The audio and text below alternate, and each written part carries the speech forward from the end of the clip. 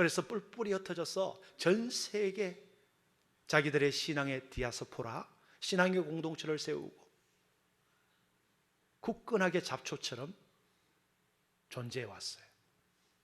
그런데 이 유대인들이 정치, 경제, 사회를 주름잡는 그런 뛰어난 민족이 되었습니다.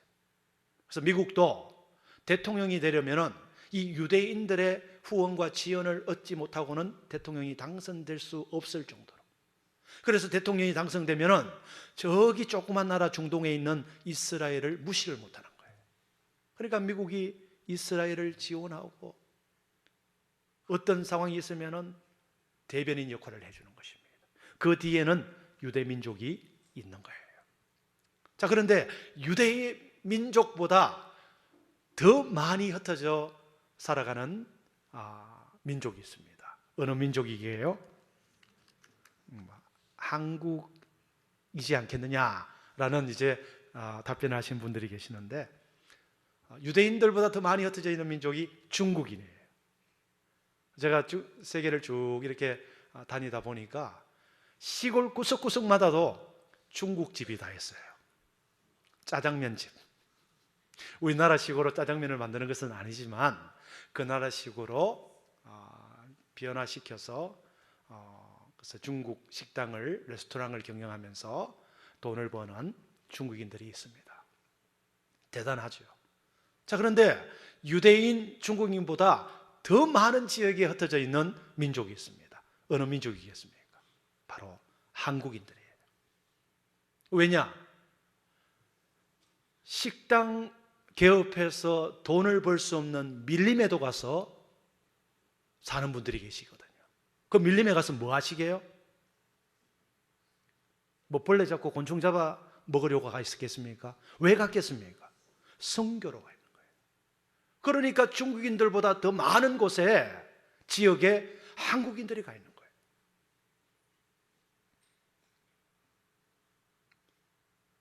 본래 우리 민족은 단일 민족을 자랑했습니다. 우리는 한 피다. 그래서 다른 민족과 피가 섞이는 것을 극도로 싫어했습니다. 1970년대 이전만 해도 우리나라를 벗어나서 다른 나라에 가서 산다는 것은 생각도 하지 못했습니다. 그러나 광부와 간호사들이 독일로 취업을 나가고 난민으로 농업 이민을 떠났습니다. 점차 한국인들이 온 세상으로 흩어지게 되었습니다. 180개국 이상에 흩어져서 지금은 한국인들이 살지 않는 곳이 거의 없을 정도예요. 놀라운 것은 우리 민족 안에 이렇게 개척자 정신, 흩어지는 정신이 들어있다는 것입니다. 아프리카 내전으로 모든 사람들이 다 피신했습니다. 심지어 레스토랑, 식당을 경영하면서 지내던 중국인들도 문 닫아놓고 다 도망을 갔어요. 그런데 그때도 가게 문을 열어놓고 장사를 끝까지 하는 민족이 바로 한국인들이에요. 그래서 주변 사람들이 한국인들만큼 독종이 없다라고 할 정도예요. 이처럼 한국인들에게는 개척자 정신이 있다. 그래서 하나님께서 이런 개척자 정신, 도전 정신을 사용하는 것이 아닐까라고 생각을 합니다. 중국인들은 어디 가나 식당을 오픈하고, 일본 사람들은 어디 가나 회사를 세운답니다. 그러나 한국 사람들은 어디 가나 교회를 세운다고 합니다. 그리고 어떤 민족보다 세계 선교에 깊은 관심과 열정을 가지고 있는 곳이 바로 한국 교회 아니겠습니까? 그래서 서양의 교회들마저도 한국 교회를 배우려고 하고 또 한국 교회의 영성을 부러워합니다. 그래서 오늘 우리가 말씀드리고 싶은 주제는 뭐냐? 저와 여러분, 우리 모든 하나님의 백성들은 선교사라는 그런 핵심이라 말합니다. 그래서 선교사로 임명을 받지 않고는 중요하지 않습니다. 왜냐하면 우리 모두가 하나님으로부터 보냄을 받은 선교사들이기 때문입니다. 우리 다 같이 한번 따라 하시겠습니다. 나는, 더 크게요, 나는 선교사다. 나는 그래 놓고 선교사다 그러니까 여기는 안 따라하시는 분들이 계세요. 여러분, 모든 성도들은 주님으로부터 파송받은 선교사들이에요. 선교사 자격증이 있든 없든 그것은 중요하지 않습니다. 왜냐하면 우리가 예수님을 믿는 그 순간부터 예수님의 제자로서 삶의 현장 속에 선교사적인 삶을 살아야 하는 사명감이 우리에게 주어졌다라는 것입니다. 요한복음 20장 21절 말씀 우리 화면에 있습니다. 우리 함께 읽겠습니다. 시작. 예수께서 또 이르시되 너희에게 평강이 있을지어다. 아버지께서 나를 보내신 것 같이 나도 너희를 보내노라. 이 예수님이 제자들에게 말씀하신 내용이죠. 곧 이 말씀은 제자들에게만 말씀한 것이 아니라 오늘 이 자리에 있는 저와 여러분에게도 말씀하신 동일한 내용입니다. 교회가 몇 명의 선교사를 파송하느냐는 중요하지 않습니다. 왜냐하면 교회 전체가 선교 공동체예요. 그리고 모든 성도가 선교사이기 때문입니다. 그래서 우리는 선교적 삶을 살아야 된다라는 것입니다. 그래서 오늘날은 직업적 선교사 시대이기보다는 평신도 선교사 시대입니다. 이 직업적 선교사라고 하는 것은 우리 교회 출신인 이성숙 선교사님 가정이 파푸아 뉴기니에 가서 전문적인 선교 사역을 하고 있습니다. 이분들을 가리켜서 직업적 선교사라고 말하죠. 그 선교사에게 온 삶을 투신을 하는 거예요. 그러나 이 자리에 있는 여러분들 대부분은 삶의 현장 속에서 복음을 증거하는 평신도 선교사라는 것입니다. 이름만 다를 뿐이지 우리는 직장이나 학교, 삶의 현장에서나 그리고 출장을 가서나 그리고 여행을 가서 기회가 되는 대로 복음을 전해야 되는 사명이 우리에게 있다는 거예요. 어느 장로님 가정에, 우리 교회 장로님 가정에 신방을 갔더만 거기 계신 어른 권사님 한 분이 이런 말씀을 하셔요. 목사님, 저는 택시만 차면요 그 기사님에게 목적지 도착할 때까지 전도합니다. 기사님, 예수 믿으세요. 예수 믿으세요. 기사님이 뭐 예수 믿으라 그런다고 차 놔두고 도망갈 수는 없잖아요. 예, 돈도 주고 예수 믿으라 그러고 목적지 도착할 때까지 꼼짝 마라 이게 전도를 당해야 되니까 참 권사님이 지혜로우시다. 참 귀하시다. 정말 이분이 삶의 현장 속에서 이 선교적인 삶을 사시는구나. 참 귀한 것을 느꼈습니다. 여러분, 기회가 주어진다면 언제든지 복음을 전하는 태도를 가지고 우리가 선교사적인 삶을 살아갈 때에 하나님의 복음이 나를 통하여, 여러분들을 통하여 이웃과 열방에게로 흩어지는 역사가 있게 되는 줄로 믿습니다. 그래서 여러분, 우리가 이런 세상 속에 파송되어지고 세상 속에서 선교사적인 삶을 살기 위해서는 전제 조건이 뭐가 있을까요? 전제 조건. 우리 한번 따라 하시겠습니다. 큰 목소리로. 성령 충만. 다시 한번요. 성령 충만. 예, 우리가 삶 속에서, 가정에서, 직장에서, 또 학생들은 학교에서, 삶의 현장에서 우리가 이 선교사적인 삶명, 복음을 증거하기 위해서는 성령 충만할 때에 가능해요. 성령 충만하지 않으면은 아이고 예수님 예자도 안 나와요. 그거를 아셔야 됩니다. 그래서 여러분, 성령 충만과 술에 취한 것이 비슷합니다.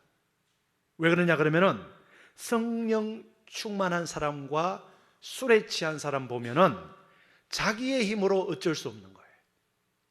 자기의 힘으로 어쩔 수 없는 거예요. 그러니까 술 많이 드신 분들은 막 비틀비틀거리고 내가 바로 걸으려고 그러는데 몸이 따라주지 않지 않습니까? 이 알코올, 화학적인 성분에 자기가 끌려가는 거예요. 성령 충만한 사람도 마찬가지예요. 내 생각과 내 뜻이 있고 내 고집이 있지만 그거 다 내려놓게 됩니다. 왜? 내 안에 충만하신 성령의 역사와 감동하심대로 우리가 따를 수밖에 없는 거예요. 그럴 때 내 옆에 있는 사람, 택시기사에게도 옆에 앉는 성객에게도 예수를 전가할 수 있는 힘이 생기는 거예요. 그게 성령의 권능이라는 것입니다. 사랑하는 여러분, 하나님의 교회 안에 성령이 임하고 말씀의 권능이 임할 때 이 생명수가 끊임없이 흘러서 풍성해지는 역사가 있게 되기를 간절히 축원합니다. 그래서 여러분, 우리가 오늘 이렇게 예배 시간에 주일마다 모이는 이유는 흩어지기 위해 모이는 거예요. 우리가 모이는 이유는 여기에서 자리 잡고 여기서 끝까지 살기 위해서 모이는 것이 아니에요. 흩어지기 위해서. 그래서 교회는 잘 모이고 잘 흩어져야 됩니다. 이것이 바로 건강한 교회의 모습이에요. 주일 예배로 모이고 새벽 기도로 모이고 다니엘 교회로 모이고 성경 통독으로 모이고 성경 공부로 모이고 제자 훈련으로 모이고 구역권으로 모이고 모이기에 힘써야 되는 거예요. 그래서 여러분, 교회를 항공모함에 비유를 합니다. 항공모함은요, 축구장 크기 몇 배의 크기예요. 직접 전투에 참여는 하지 않지만 직접 전투에 참여하는 전투기를 수십 대 싣고 탱커도 싣고 폭탄도 싣고 총알도 싣고 식량도 싣고 마실 식수도 싣고 의약품도 싣고, 그래서 바다에 떠 있습니다. 전투를 나간 전투기가 돌아오면 거기에 주유를 하고 기름도 넣고 연료도 넣고 무기도 장착하고 수리하고, 그리고 조종사를 쉬게 하고 먹이고 훈련시켜서 또 전투하러 내보내는 거예요. 마찬가지로 세상에 파송된 선교사적인 삶을 살다가 지치고 다치고 시험 들고 낙심해서 돌아온 그 선교사들을 하나님의 말씀과 은혜와 성령 충만함으로 다시 회복시키시고 담대하게 해서 세상 속으로 또 파송하는 이 항공모함과 같은 그런 우리 대구 성북교회가 되기를 주의 이름으로 축원합니다. 그래서 여러분, 모이는 곳으로 끝나는 교회는 위험해요. 모이기만 힘쓰는 교회는 굉장히 위험한 교회입니다. 모여서 우리가 영적으로 무장하여 예배드리고 은혜를 받은 후에는 반드시 삶 속으로 들어가야 됩니다. 목사님 예배 마치고 집으로 가지요, 교회에 있는 사람이 있습니까? 당연한 말씀이에요. 그런 의미의 세상 속으로 들어가는 의미가 아니에요.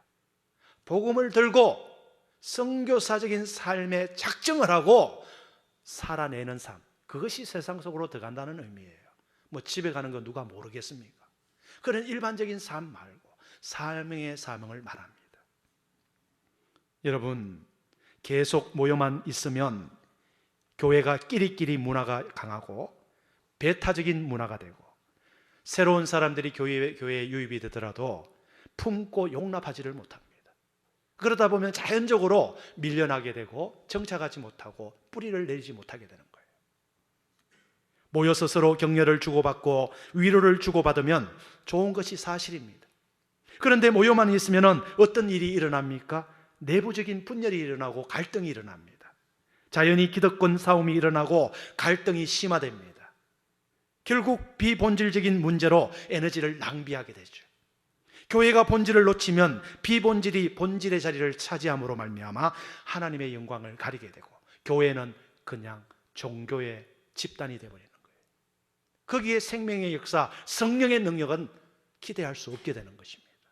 사람의 목소리만 높아지는 거예요. 사도행전을 읽어보면 성령 충만함을 받은 초대교회가 성도들이 순교 죽음을 불사하고 세상 속으로 흩어졌습니다. 그리고 그들이 복음을 전한 곳에는 권능이 나타났습니다. 생명의 역사가 나타났습니다. 그래서 여러분, 하나님의 능력과 성령 충만은 하나님의 목적과 연결될 때 일어나는 거예요. 여러분, 빨래하고 요리할 때 성령의 능력이 나타납니까? 빨래할 때 주야! 나타납니까? 물론 나타날 수도 있겠지만 하나님의 능력과 성령의 능력은 하나님의 목적과 연결될 때 폭발이 일어나는 거예요. 초대교회 오순절 다락방에서 성령의 역사가 빨리 할 때 일어나지 않았지 않습니까? 정말 그 시대 그 타이밍에 하나님의 교회가 세워지려고 하니까 그 성령의 능력이 필요했던 것입니다. 그래서 세상으로 나아가 복음을 전하겠다, 하나님의 그 사명을 내가 실천하겠다라는 그 결단하는 그 심령 속에 성령의 능력이 나타나는 거예요. 여러분, 우리가 예수를 믿고 은혜 받고 가만히 있으면 영적인 병이 들어요. 여러분, 우리나라가 3, 40년 전 어려울 때 여러분 가정마다 교회마다 소고기국 한번 구경하려면 1년에 한두 번 여러분 먹을 수 있습니까? 특별한 날에만 먹죠. 특별한 날에도 소고기국 보면은 무만 잔뜩 들어가고 소가 그냥 장화 신고 한번 이렇게 그 지나친 듯한 그런 맛만 경험하잖아요. 근데 요즘 여러분 한번 여러분들의 삶을 보십시오. 우리 여러분 자녀들 일주일에 매일 먹다시피 해요. 자, 그러니까 어떤 현상이 일어나느냐? 예전에 없었던 병들이 생기는 거예요.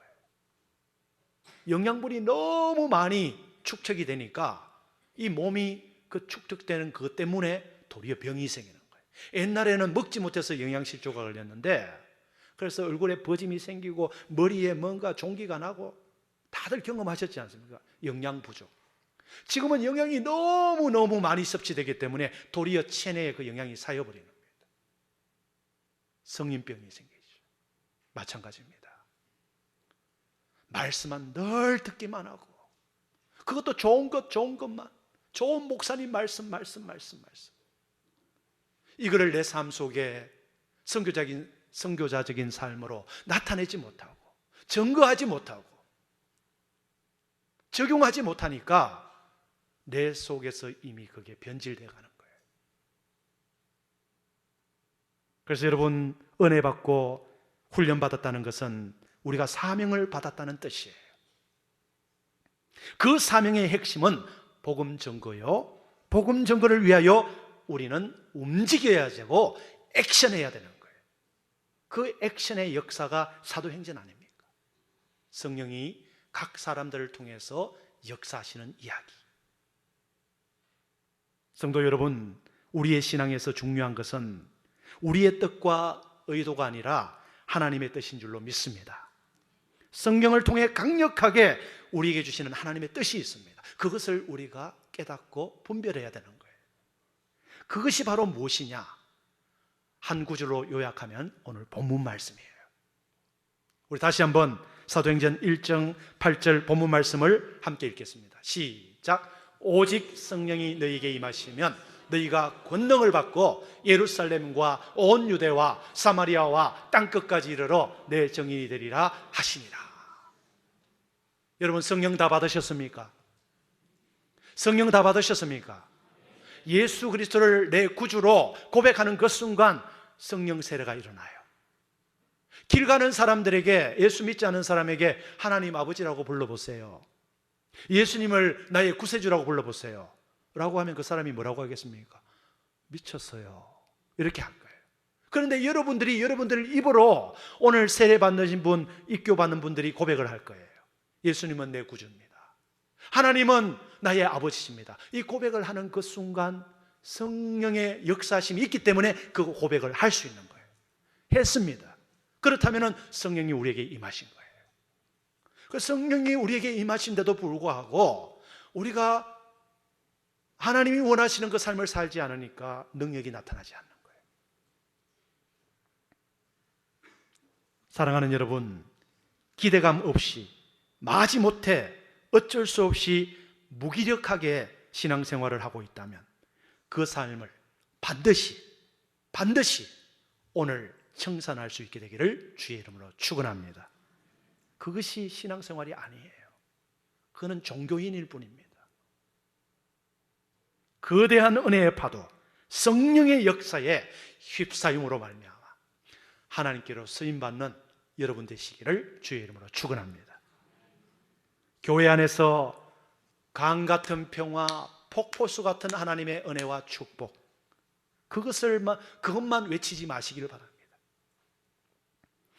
정인으로서의 목사, 정인으로서의 장로님, 정인으로서의 권사님들, 정인으로서의 우리 집사님들, 교사가 되어야 되는 거예요. 그 사명을 잊어버리는 순간 교회의 성령의 촛대는 다른 곳으로 옮겨집니다.